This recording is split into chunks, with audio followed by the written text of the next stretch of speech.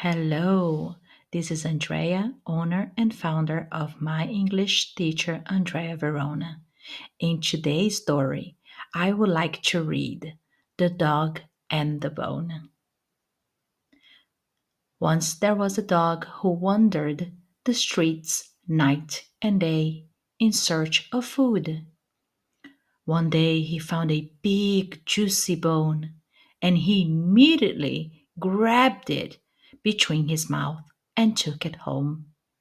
On his way home, he crossed a river and saw another dog who also had a bone in his mouth.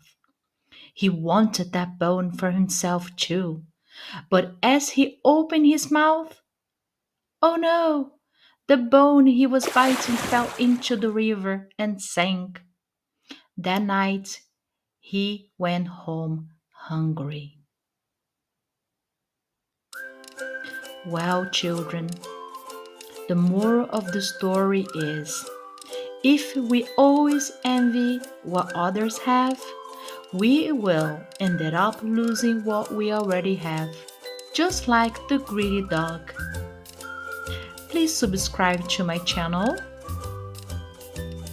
and don't forget to like it as well and support me with my English material.